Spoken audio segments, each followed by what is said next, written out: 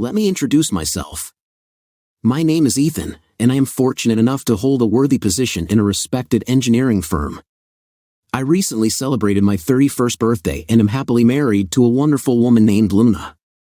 Our marital happiness has lasted for 7 years, during which we were blessed with the birth of our beloved daughter, who, as it turned out, has a disability. I prefer to call her the second love of my life. Interestingly, Lena and I crossed paths when she was in transition after her first and only relationship. She had dated a man for 2 years, but unfortunately, he betrayed her trust by cheating on her. Luna, like me, adhered to conservative values in the relationship and decided to wait for marriage. Killed by her ex-boyfriend's infidelity, she made the courageous decision to break off their relationship. A mutual friend introduced us at one of the joint picnics shortly after I graduated from college. I had no idea it was a setup organized by our friends. Knowing about her past, I decided not to rush things and refrain from making immediate attempts to get closer. Although I was not innocent, I also had no experience in such matters. It took about 6 months from the day we met before we finally agreed to take the next step. 2 weeks after our engagement, we found ourselves lying in bed after a night of drinking. Luna's desire was often heightened when she drank alcohol. One night, under the influence of alcohol, she climbed on top of me and expressed her willingness. Fortunately, I had already prepared by buying contraceptives for the upcoming stormy night, or at least I convinced her of this. Until the wedding, our intimate moments were pleasant, although they could be considered ordinary compared to others. The decision to start a family was made by both of us after the birth of our child, Izzy. I thought our marriage was perfect. My professional activity was flourishing, and Luna was happy with life as a mother and a part-time teacher. But, like many other good things, this was not destined to last long. I could never have imagined that my seemingly perfect wife would betray me. Luna had always maintained friendly relationships with other men but had never shown any signs of flirting or similar behavior. I found out that the path to Luna's betrayal began at a neighbor's New Year's party. The children were in one house under the supervision of teenage nannies, and the adults were having fun in another house. There were about 20 couples at the party, and the alcohol flowed freely. The company decorated the room with mistletoe, which led to playful and friendly kisses between friends. When the clock struck midnight, among the crowd next to us were our close friends, Joe and Jennifer. Joe and Jennifer, who are close friends, have a daughter, Mary, the same age as our daughter, Izzy. Jennifer works as a doctor, and Joe combines contract work with caring for their daughter. Our girls often played together, and either Joe or my wife accompanied them to various events. After Luna and I exchanged a midnight kiss, the celebration continued for several more hours. At that time, I lost sight of Luna for a moment. When we finally got home, Luna looked unusually passionate, which I attributed to the effects of alcohol.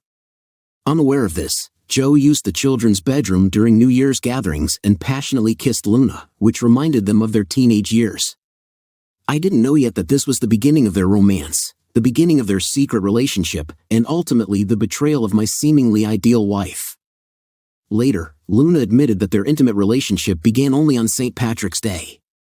Before that, she had engaged in artificial sexual intercourse with Joe several times, but it was while working together to create jewelry for a St. Patrick's Day party that they crossed a new boundary. Looking back, unfortunately, I did not pay attention to a number of signs that should have warned me about the maturing deception. Luna became increasingly cautious about communicating with Joe, keeping their time together a secret. Despite the fact that Izzy no longer wanted to play with Mary, Luna insisted that they continue to spend time together. I couldn't help but notice Luna's declining interest in our intimate moments together. Although there were other signs, I preferred to ignore them, not wanting to admit the truth.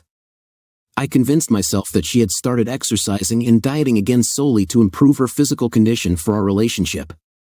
I didn't pay attention to the increase in the number of text messages, which often came at untimely times. When I asked about them, she calmly brushed off my claims, dismissing them as conversations with girlfriends. I didn't know that by this point Luna and Joe's romance had been going on for about 3 months, although I had suspicions. But it was during the night when she refused to be intimate in a state of alcoholic intoxication that my doubts finally flared up. We were at a reception at my place of work, and Luna consumed a significant amount of alcohol.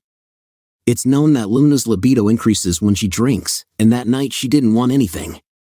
I tried to explain it somehow with fatigue, desperately clinging to the hope that my wife was not cheating on me, but deep down, I knew that there could be no other explanation. Thinking about how much time Luna spent with Joe, I couldn't shake my growing suspicions. The next morning, I plucked up the courage and decided to talk to her, simply offering to make love. The expression that appeared on her face instantly confirmed my worst fears. She turned pale, and although she tried to write it off as alcohol, her uncertain words and the panic in her eyes betrayed her deception. I had a desire to check my spouse's phone and email, and unsurprisingly, I saw that her phone was password protected. When I tried to check it while she was taking a shower, my wife and I had passwords on our phones, and we knew each other's passwords. But when I tried to use the password that I believed belonged to her, it didn't work. This made me think about other signs, for example, a decrease in intimacy in bed. Although we have had this happen, I attributed it to the fact that I work a lot. I came across a website where it was suggested to pay attention to washing habits. If the sheets are changed and washed more often, this may indicate that undisguised activity is taking place on them. Although it wasn't our underwear, I noticed that the laundry in the guest room was washed quite often. We usually washed on Sundays, putting everything in the laundry basket, but this time I saw the sheets from the guest bed. There was a faint but unmistakable smell coming from them. Unwittingly, I could not ignore more and more evidence of my wife's infidelity. Naturally, my mind leaned towards Joe as the most likely suspect. They spent a lot of time together, and it was his name that she sometimes called. When the neighborhood Memorial Day party was only 2 days away, the situation became increasingly tense. Joe and his family were supposed to come to the upcoming annual pool opening party. In a desperate attempt to dismiss my suspicions as unnecessary anxiety, I made a conscious decision to be observant in search of any possible signs of infidelity.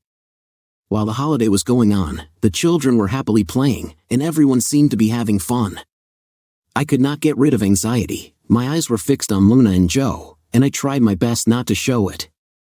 Perhaps it was all just my imagination, a projection of what I subconsciously would like to see between them. Nevertheless, there was a constant exchange of glances between them, each time discreetly checking to see if Jennifer and I were watching. On 2 occasions, my wife hurriedly left, saying that she needed to go to the toilet. Predictably, Joe followed suit a minute later, saying he needed to relieve himself. Curiosity got the better of me, and I quietly decided to follow them. For the 3rd time, I watched carefully as Joe walked around the bathroom and went into the pantry. I quietly approached and positioned myself next to the door, remaining unnoticed. Through the vents on the door, I was able to eavesdrop on the conversation that was going on inside. At first, I could only make out faint, inarticulate moans coming from the back room, but straining my ears, I distinctly heard Joe's voice expressing my wife's desperate desire and his impatience. The rustling increased, and finally, for the first time, I heard my wife's voice confirming my worst fears that she was really inside. Her words pierced me like a sharp knife when she said that I was watching her and stated that it was impossible to get intimate in this place. Luna's words shocked me, and I felt like I had turned into a shell, numb from shock. I walked away, my movements resembling those of a zombie.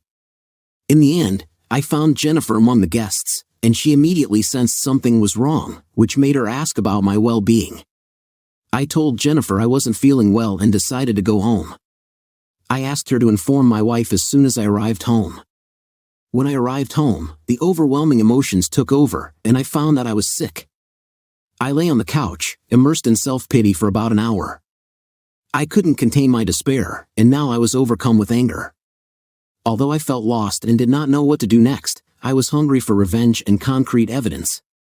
Having gathered my resolve, I decided to find out the place where their intimate relationship took place. A few hours later, when Luna returned home with a worried look, she asked about my well-being. Reflecting on the length of their absence, I couldn't help but wonder how many times they had sneaked into the back room for their illicit trysts. The desire for revenge was burning in me. Fortunately, working as an engineer meant having connections with smart technical people. I knew that smartphones show their location if not turned off. A knowledgeable friend told me that getting access to the phone's GPS data as a telecom operator is a simple task. With his help, we successfully received information. Surprisingly, there was nothing particularly suspicious. Although Joe and Jennifer often looked into the house, it was not as often as I expected. It dawned on me that most of their intimate encounters most likely took place within the walls of our house. If this assumption is correct, then it may give me an advantage. My main task was to catch them at the scene of the crime and get concrete evidence. I needed to find a means to gather information. My friend suggested a program with which it was possible to hack my wife's phone, reflecting her messages directly to my phone. When I doubted that I would be able to access her phone, he convinced me that this was not necessary. All I had to do was send her an email containing the embedded program. The technician quickly picked up my phone, easily programming it within a few minutes by simply pressing the send button. All text messages sent by her would be instantly available without any delay. I sent the message, determined to find a way to record their actions on the spot. To my surprise, the technician laughed at my concerns, convincing me that this was a simple task. You already have a security system with external cameras installed, right? So we can easily add wireless cameras that record both video and sound, allowing you to monitor anywhere. We can even get the recording later. According to my calculations, the installation process will take about an hour. The perfect moment had arrived. On Wednesday, Izzy and Mary were supposed to go to dance camp, and Luna was supposed to take Izzy there. I had a strong suspicion that at this time, she would be cheating on me, but I developed a plan to use the time when Izzy was dropped off and checked into the camp. This would give my technician enough time to install the cameras discreetly. On the way home, I stopped by an electronics store to buy the recommended cameras. While waiting in line at the cash register, I received a notification on my phone. It was a barely noticeable notification that Luna had opened my email and installed the app. To avoid arousing suspicion, I immediately turned off the sound on my phone so that Luna would not find out that I had access to her messages in real time. Meanwhile, Izzy was happily fluttering around, overwhelmed with joy at the upcoming dance camp. Trying to hide my emotions, I attempted to look happy, but my facade was crumbling. As soon as Izzy fell asleep, I quietly retired to my office, giving Luna the opportunity to be alone, hoping that she would correspond with Joe. My intuition turned out to be correct, and they engaged in a lengthy discussion. Luna shamelessly shared her intimate photos with him. I expected to see an impressive physique, but to my surprise, Joe turned out to be as ordinary as me. He was happy to talk about how he would take the girls to a dance camp and then come to our house to have an intimate pastime. Joe was looking forward to spending the whole day enjoying my wife's company. Luna shared with Joe her desire to arrive at the dance camp early to avoid long queues for registration. She couldn't wait to get home and meet Joe by the scheduled check-in time. Having carefully calculated our plan, the technician and I estimated that we would have just enough time to install the cameras. We met at the nearest McDonald's restaurant where I parked my car. From there, we waited patiently for Luna and Izzy to walk down the street. My task was to install 6 cameras while the technician masterfully handled the programming. The most difficult moment was programming the cameras since they had to be activated by movement and controlled remotely. Strategically, I placed them in different places of the house: the kitchen, the living room, the basement, our bedroom, and 2 in the guest bedroom. I had a strong suspicion that the guest bedroom would become their favorite meeting place. Fortunately, we managed to finish the installation just in time. Glancing at the phone, I saw 2 cars pulling up to the house, recording the arrival of Luna and Joe. But when I returned to the office, I did not dare to check the phone for traces of their intimate activity. I realized that I would have to wait until I got home. Maintaining self-control was very important for the successful implementation of the plan. Despite the desire for revenge, I tried to suppress my emotions and refrain from sarcastic questions from Luna about how her day went. Watching her panicked expression, I felt a certain satisfaction, but I realized that if I wanted revenge, I had to restrain myself. The next day, while at work, I was looking through the footage from the outdoor surveillance cameras. I saw Luna and Joe drive up and park in the garage. When they entered the kitchen, their passion immediately became obvious.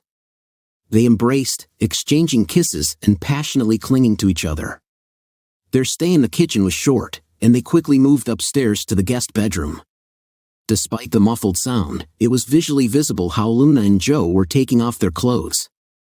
I decided to skip their kisses, considering that they had nothing to do with my ultimate goal. Interestingly, while I was watching their intimacy, SMS messages came to my personal account in which they boasted about the pleasure they received. Luna even mentioned my strange behavior to Joe. He brushed her off, continuing not to notice or understand anything. Unable to continue watching, I realized that I had gathered enough evidence to expose them, but I wanted to improve the sound quality, and I planned to deal with this issue early in the morning before going to work. I tweaked the cameras in the guest room a bit to improve the sound quality. The next day, I watched impatiently on the phone as their cars arrived exactly on schedule, as they had the day before. They went into the bedroom, unaware that they were being watched. From a secluded study, I watched them prepare for classes, and the audio recording was transmitted clearly. But listening on the phone, I couldn't help but realize that my behavior was too sarcastic, which caused Luna suspicion and alarm. "I have a feeling he knows something," Luna said. Despite all his suspicions, he has no concrete evidence. He works at his usual place just like my wife. "It's funny that they don't notice that while they work, we indulge in our pleasures," Joe grinned. "Isn't it amazing that their efforts are financing our carefree antics? I've seen enough. Our relationship has reached a breaking point, and I have made the difficult decision to consult with a lawyer about the most appropriate way to end our marriage." Despite my anger towards Luna, I understood that the consequences of this decision would be very hard for Izzy. A friend recommended me a good lawyer. Without hesitation, I contacted him to arrange a meeting. On the same day, I presented several video proofs to the lawyer as supporting materials about Luna's betrayal and text messages. He grinned. "We have the opportunity to ruin her." The lawyer told me that the principle of no guilt applies in our state, but advised me to keep the videos secret. He was sure that she would agree to any terms we offered, expressing a desire to achieve the best possible result. I informed him of my intentions. The lawyer offered to involve Jennifer in our scheme, believing that the simultaneous appeal to both persons would have a greater effect. He provided me with the contact information of one of his colleagues who could represent Jennifer's interests. Deciding to act, I called Jennifer's office and got to her secretary. I left a message for Dr. Miller asking her to contact me as soon as possible. Less than 10 minutes later, the phone rang and Jen was on the other end. "What happened? Is everything all right? What is it?" she asked anxiously. I said that physically everything was fine, but stressed that we needed to talk. I could tell by her tone that she guessed what was going to be discussed. Jen asked me to meet her at the office at 5 o'clock, as soon as the last patient was admitted. When I entered the office, she quickly closed the door and spoke first. "That sneaky man is cheating on me again, right?" she exclaimed, surprised. I asked, "How did you find out about this?" Jen replied, "I may be busy with work, but I'm not stupid. I began to suspect that he spends too much time with your wife." He brazenly believed that he was being smart. "Please tell me you have some proof," Jen pleaded. In response, I took out my phone and posted several short videos on which our spouses are engaged in their intimate affairs. "He's finished, that vile man is finished," she growled. "The way you said it, I see that this is not his first betrayal," I said. Jen took a deep breath and replied, "The first, the second, or even the third. After the last time, I explicitly warned him that it was over. This is the end." My lawyer prepared a comprehensive agreement which stipulated that in case of repeated infidelity, he waives any rights to our common property, said Jen. "It looks like you won't need the lawyer recommended to me," I said, and Jen smiled in agreement. "No, but I will ask my lawyer to contact yours so that we can synchronize our actions," she replied. I told her about all the evidence I had collected, including text messages and video recordings. Jen was especially delighted with how I managed to access Luna's phone and record conversations. Despite the pain it would inevitably cause, she suggested collecting another week or two of evidence before taking any action. Jennifer correctly assumed that I was seeking a divorce, given that I had already turned to a lawyer. We exchanged phone numbers, and I gave her the contact information of my lawyer. As soon as I got into the car, Jennifer wasted no time calling me. She had already contacted her lawyer, who estimated a 2-week period to develop an adequate strategy and eliminate Joe. It looked like they needed a weekend off to recover from the hard work during the week. Judging by their text messages, Luna expressed a desire to take a break for the weekend so as not to arouse my suspicions. They plan to resume their activities on Monday. On Sunday evening, Jennifer sent me a message saying that she needed to talk to me. I couldn't shake the feeling of anxiety, fearing that there might be some problem or that she was having doubts about our plan. I closed the door to my office and dialed her number. Jennifer assured me that our plan is still in force, but she wanted to emphasize that it is necessary to maintain self-control. Curiously, she specifically advised me not to enter into an intimate relationship with my wife in any case. In addition, she made it clear that kissing is also prohibited. However, this was not a problem for me since I was completely unhappy with her presence. After the conversation ended, I noticed that Joe had sent Luna his photos with more explicit content. He seemed delighted that the girls had gone to dance camp, imagining a whole week of gaming entertainment. To my surprise, after reviewing the pictures sent by him, I was furious. I assumed that he had an impressive physique, which she would find difficult to resist, but it turned out that he was quite medium-sized. Their daily routine consisted of giving the girls a lift and then returning to our house for entertainment. It became increasingly difficult for me to observe their daily entertainment. Jennifer asked for a lunch meeting on Friday to discuss the plan.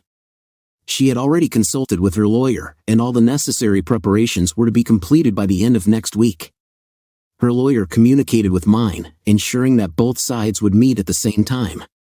Divorce papers will be prepared for them, which they will have to sign, as well as an ultimatum that failure to comply with the requirements will lead to the publication of videos containing accusations. Jennifer repeated her warning that I should not have an intimate relationship with Luna. I reassured her that such a reminder was unnecessary since I did not intend to do it. I had no desire to touch her. Curiosity made me wonder why, and she replied that it would be too important to signal for Luna over the weekend. Luna slept until noon on Saturday, saying she wasn't feeling well, and her appearance certainly reflected that. In addition, text messages were exchanged between Joe and Luna indicating that Joe was also feeling unwell. Sunday evening came, and Luna informed Joe that she intended to rest on Monday, suggesting that they meet on Tuesday or Wednesday instead. On Wednesday, while at work, I quietly connected to the surveillance cameras on my phone. As expected, Joe arrived right on schedule. Luna mentioned that despite feeling unwell, she still wants to have an intimate relationship, so I heard. Doubts began to creep into my head. I was not sure that I could continue implementing this plan. On Thursday morning, Luna said she was feeling a little better but was experiencing discomfort when walking. From my office, I carefully watched their interaction. When Joe drove up to the house, Luna intercepted him in the kitchen. "We can't sleep tonight," she said. Surprisingly, Joe didn't argue. Luna continued to talk about her physical pain and inability to make love. Perplexed, she admitted that she did not understand what was happening to her body. They talked for a long time until Luna accused Joe of transmitting a venereal disease. Joe reacted defensively and quickly left. I immediately contacted Jennifer to inform her about their illness, but she showed neither surprise nor concern. We continued to clarify our plans for a meeting with the spouses on Friday. The children had their last dance lesson, which ended with a small performance since their grandparents were present at the class.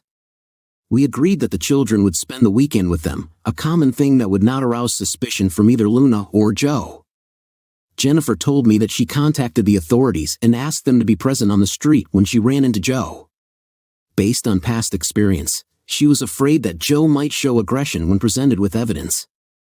On Friday morning, I went to work, although a little later than planned because of the dance performance. My parents expressed concern about Luna's appearance, which led to a lengthy conversation lasting more than half an hour. Unlike them, Jennifer and Joe quickly left the venue. I quickly got behind the wheel, choosing a shortcut that allowed me to arrive home a few minutes before Luna. In a hurry, I prepared a speech, making sure that the suitcases were displayed in a prominent place. Just as Luna arrived home, I received a message from Jennifer informing me that she had already met Joe. Her fears about his tendency to aggression materialized, as a result of which he inflicted physical injury on her. Fortunately, the police were nearby and managed to intervene before serious harm was done. Joe was taken into custody.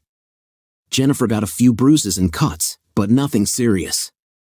Just as I finished reading Jennifer's last message, Luna walked into the room, completely unaware of the impending storm that was about to engulf her. Seeing the suitcases, she asked, "What are these suitcases? What is it?" I replied, "I'll explain now. Please take a seat in the chair. I want to show you something important." I pressed the play button, turning on the TV screen. A screenshot of the text conversation appeared. Luna abruptly stood up, exclaiming, "What is this?" Sensing her confusion, I quickly paused the video. "Please sit down. Now everything will become clear," I shouted, raising my voice. She started to speak, but I quickly raised my hand, gesturing for her to stop. I pressed the play button again, and a view of our guest bedroom appeared on the screen. Luna and Joe were inside the room. As I noticed, Luna was in shock and covered her mouth with her hand. It was obvious that they did not notice that their actions were being recorded. While we were busy with our own affairs, tears were streaming down Luna's face. She begged me to stop. I put the TV on pause, wanting to find out what my beloved wife confesses. Tears were streaming down her cheeks as she apologized, admitting that it was a mistake that happened only once. "Please believe me." "It doesn't matter to me," Luna calmly asserted, but I couldn't be fooled. "Don't deceive me." "It will only worsen the situation," I replied. Luna got up from her seat again, accusing me of hacking her phone and emphasizing its illegality. She took out her phone, ready to act. I ordered her to sit down and be silent. If she had intentions to contact her lover or send him a message, I advised her not to worry. Jennifer has already presented him with irrefutable evidence that we have collected. He lost control of himself and attacked Jennifer, which led to his current imprisonment. Maybe you don't know, but you weren't his first, second, or even third affair. He's lost everything, and by the way, so have you, I said.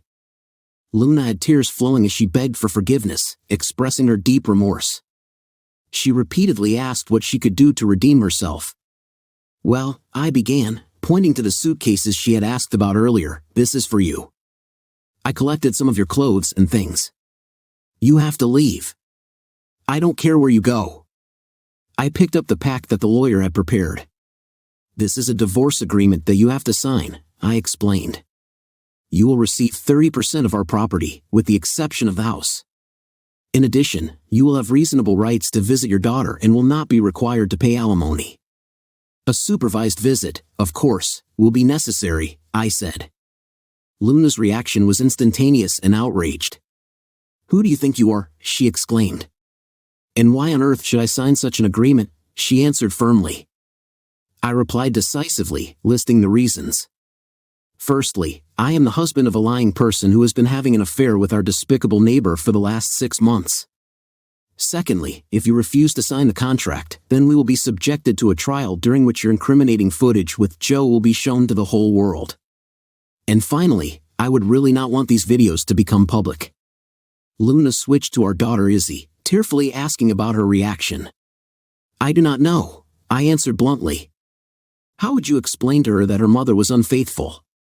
The moon shrank into a ball, absorbed in her sorrowful sobs.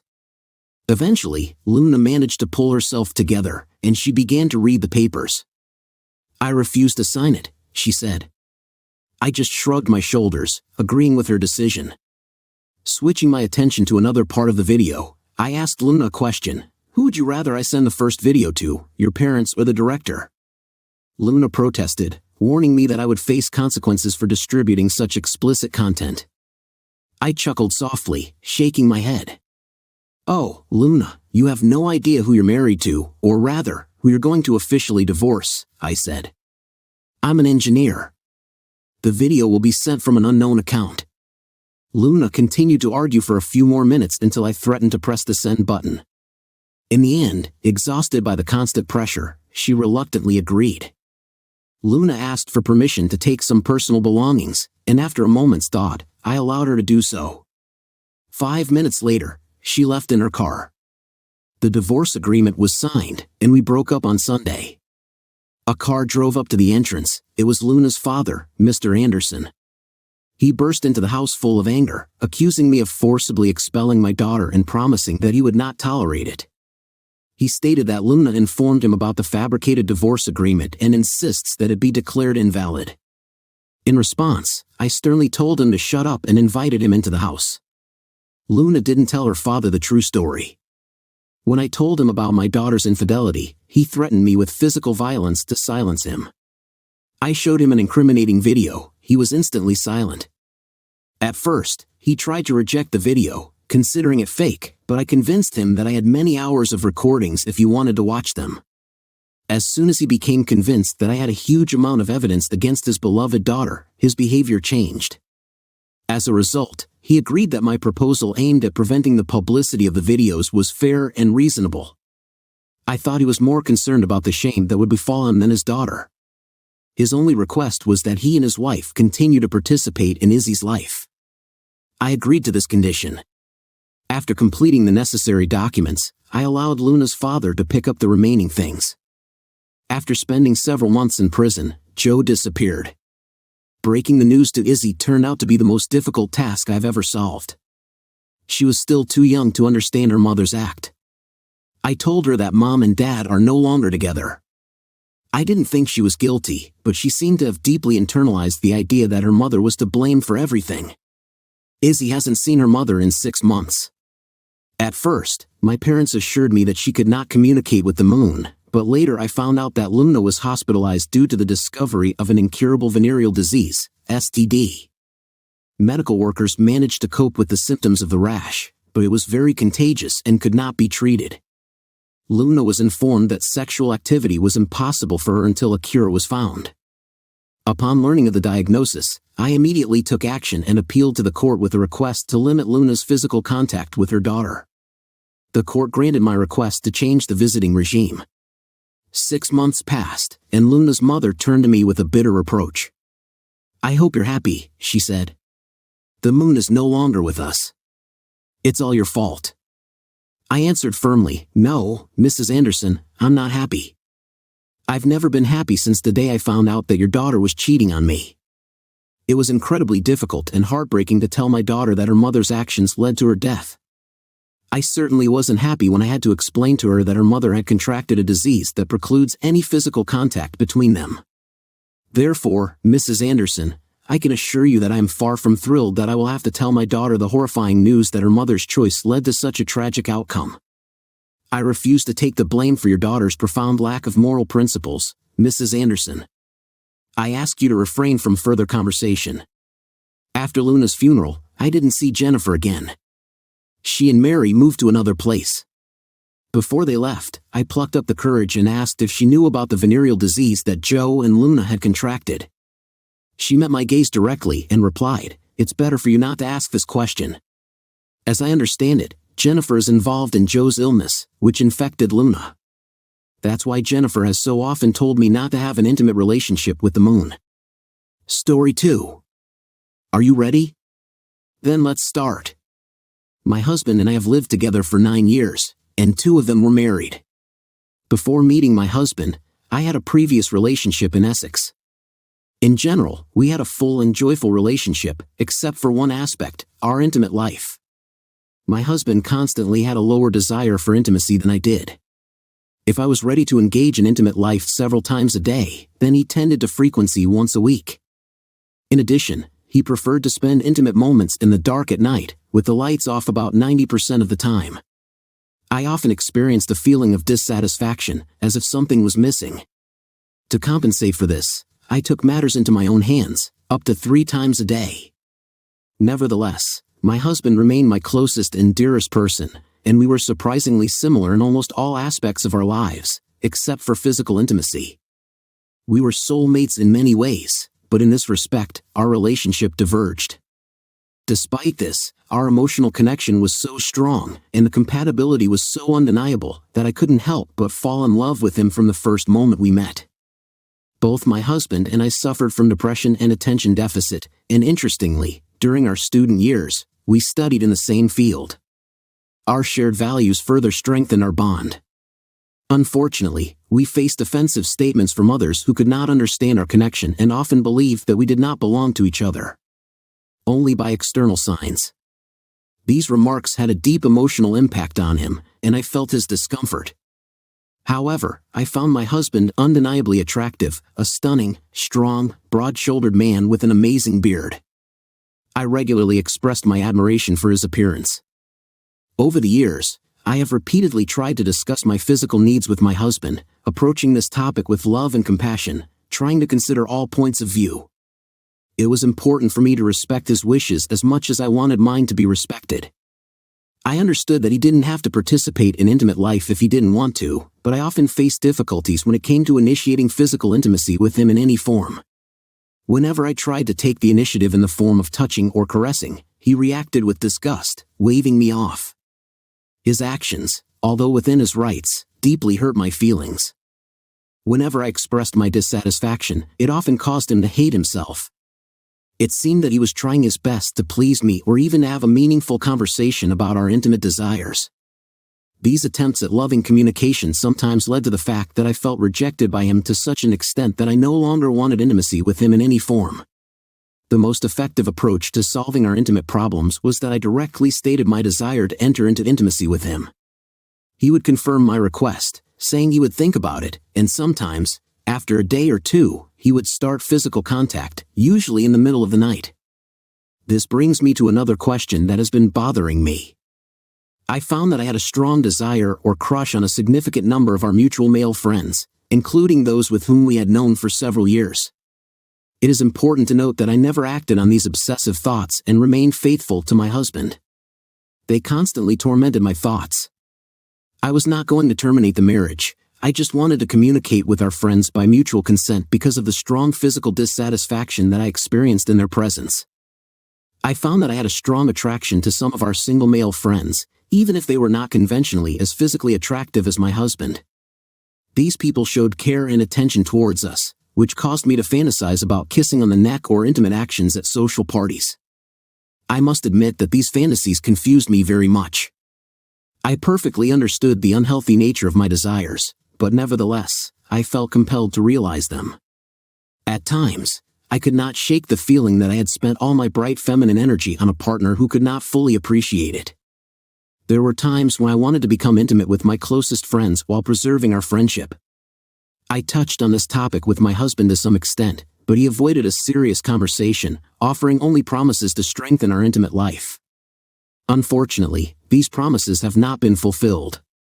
Interestingly, the more delicately I discussed this topic with my husband, the less he sought intimacy with me. If I had just been going through this struggle alone without feeling any feelings for my husband or our close friends, then perhaps everything would have been easier. The internal conflict arose because despite the strong desire to remain faithful, my body seemed to crave something more. It was as if the deep love for these men that I felt as friends had turned into an unwanted longing, and I didn't know what to do next. I wasn't going to break the connection with them because our lives were very closely intertwined, and I just couldn't accept this thought. My affection for him was deep, but one Sunday evening when friends came to us, our mutual acquaintance turned out to be next to me. I don't remember the details, but somehow imperceptibly, our legs were under the table and began to touch each other's thighs. From the surging feelings, I wanted to be alone, away from prying eyes. Despite the undoubted attraction to our mutual friend, I firmly decided to remain faithful to my husband, not wanting to betray his trust. Despite the fact that he persistently sent me flirtatious messages, I always returned his courtesy. Deep down, I had an undeniable desire to experience his closeness, but I felt trapped by the obligation to remain faithful to my husband. Frustration grew, and all my thoughts were occupied by the night. In my mind, I imagined another reality in which couples could explore physical connections with the consent of their spouse, perhaps within the framework of an open relationship. Finally, one evening lying in bed, I plucked up the courage and started a heart-to-heart conversation with my husband, discussing the current state of our intimate relations and boldly expressing my desires. It was certainly not easy to start a conversation, but I understood that it was important to preserve the health of our relationship. Determined, I touched on the delicate topic of open relationships, carefully explaining that my intentions were not related to finding emotional connections elsewhere but rather to satisfying my physical desires with his knowledge and consent. At first, my husband was caught off guard and reacted aggressively. He was trying to understand why my satisfaction could not be found only in him. The idea of sharing me with others turned out to be a difficult task for him, and this can be understood. He struggled with this thought, doubting whether this meant a decrease in my love. It was obvious that he was feeling resentful and insecure, fearing that he might not be enough to meet my needs. In the following weeks, We had a lot of heartfelt conversations, delving into the subtleties of an open relationship, carefully studying both the potential benefits and the problems that arise. But after exploring all possible options, he eventually expressed his reluctance, citing the fact that an open relationship would be unbalanced, and I would be able to achieve more success than him. During our conversation, I expressed a potential solution that could alleviate his concerns. I suggested that I could organize women's participation for him as well. This offer opened up a whole new area of emotions and problems for us. We started the difficult path of establishing clear boundaries and anticipating possible problems. While my husband was still hesitating, I began to develop a plan to convince him. I knew that one of his fantasies was connected with the presence of two women, so I turned to the internet in search of like-minded people who would be interested in communicating with a couple. It took a lot of trying, but in the end, I managed to find a woman who I thought was right for our situation. Trying to surprise my husband, I carefully planned our first night together without revealing my plans. One evening when he came home and took a shower, I took him to the bedroom where an unexpected surprise was waiting for him. Me and the woman we invited were lying in bed and looking forward to him. At first, he was nervous, not knowing what to expect, but we took the time to create a comfortable and relaxed atmosphere. What happened that evening turned out to be an incredibly pleasant experience for all of us. It revived our connection and brought a sense of fun and joy into our lives. My husband also accepted this meeting, finding pleasure and satisfaction in it. After the departure of this woman, my husband thought about how important my happiness was and realized that the complete suppression of my desires could lead to resentment and deformation of our relationship. Gradually, he began to accept the concept of an open relationship. It was a process that unfolded gradually, not immediately. Initially, we investigated meetings in which my husband entered into close relationships with several women. Over time, he strengthened our bond more and more, which allowed him to reach a level where he began to calmly relate to the fact that I was entering into a relationship with another man. By the time my husband expressed his consent for me to date other men, we had already had a diverse experience in intimacy. During our conversations, he made it clear that he preferred not to know any details about the participants. When the time came for me to explore relationships with other men, we set boundaries, in particular, the mandatory use of protective equipment, and agreed that each of us has the right to terminate the relationship at any time. In our agreement, there was a strict emphasis on physical connection, not emotional attachment. In addition, my husband insisted that we not enter into a relationship with any of our personal acquaintances. Although I felt some discomfort about this restriction, I chose not to express my concern, hoping that eventually, he would reconsider his position. Soon after, I succumbed to temptation and entered into a physical relationship with a mutual friend with whom I had been in love for quite some time. Our flirting correspondence, which began on that fateful evening when we were playing Ladushki under the table, laid the foundation for this new connection. Since he was single, I quietly visited him after work and then returned home to my husband. At that moment, I realized that my husband preferred to hide our open relationship and made a conscious decision not to inform our mutual friend about it. I had a secret affair with a mutual friend that my husband didn't know about. Our friend assumed that I was cheating on my husband, which caused concern about the state of my marriage. But I thought it would be better for my husband to remain in the dark since revealing the truth would most likely lead to his frustration and self-doubt. To avoid undesirable consequences, I took precautions and used protective equipment to prevent a possible unwanted pregnancy. Surprisingly, my husband remained true to his promise, and during the entire month of our open relationship, he never asked me about my extramarital affairs. I had an attraction to another mutual friend, and I decided to consider the possibility of an intimate relationship with him. Initially, I sent him a flirtatious message, which led to the fact that we began to communicate. Since he recently started dating someone, we switched to a more hidden messaging platform, namely Snapchat. In the end, we agreed on a personal meeting and repeatedly entered into intimacy. Over time, in our open marriage, I had relationships with 3 different men, and this new acquaintance brought me such satisfaction as I had not experienced in marriage. At the party we attended, I found myself in the company of 2 people. One was a mutual friend, and the other was a person I met online. To my surprise, my husband suddenly brought up this topic and directly asked if I was in a love relationship with a mutual friend. Feeling that honesty was the best way out, I confessed and confirmed his suspicions. Unfortunately, my husband was offended by this discovery and wanted to end our open relationship. When my husband calmed down, we rationally discussed the situation, understanding his concerns. I promised to end the relationship with a mutual friend.